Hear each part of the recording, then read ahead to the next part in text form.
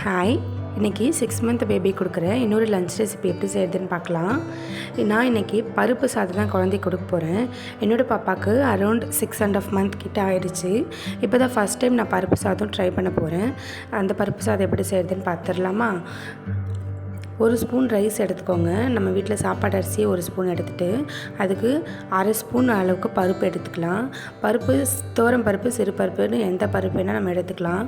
சிறு பருப்பாக இருக்கும்போது அது கொஞ்சம் சீக்கிரமாக வெந்துடும், சேம் டைம் கொஞ்சம் டேஸ்டியாகவும் இருக்கும். நான் இன்றைக்கி துவரம் பருப்பு தான் எடுத்திருக்கேன்.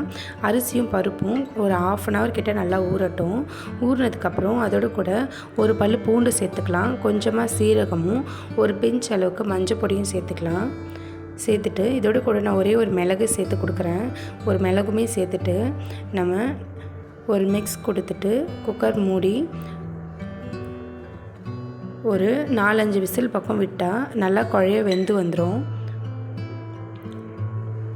பூண்டு சீரகம்லாம் சேர்க்கறதுனால பருப்பால் குழந்தைங்களுக்கு எந்த கேஸ்ட்ரிக் ப்ராப்ளமும் இல்லாமல் இருக்கும். ஸோ அதனால் ஒரே ஒரு பல் பூண்டு கண்டிப்பாக சேர்த்துக்கோங்க. இப்போ அது நல்லா ஆறுனதுக்கப்புறம் மிக்ஸி ஜாருக்கு ட்ரான்ஸ்ஃபர் பண்ணிக்கலாம். ட்ரான்ஸ்ஃபர் பண்ணி நல்லா ஃபைனாக அரைச்சிட்டு அதில் ஒரு அரை ஸ்பூன் அளவுக்கு நெய் நம்ம உருக்கி சேர்த்துக்கலாம்.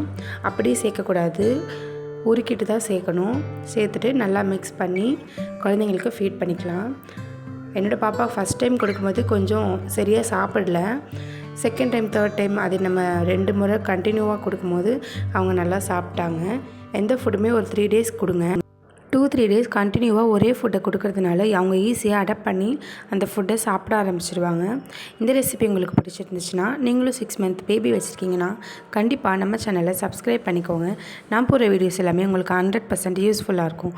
நாளைக்கு வேறு ஒரு வீடியோவில் பார்க்கலாம். பாய்.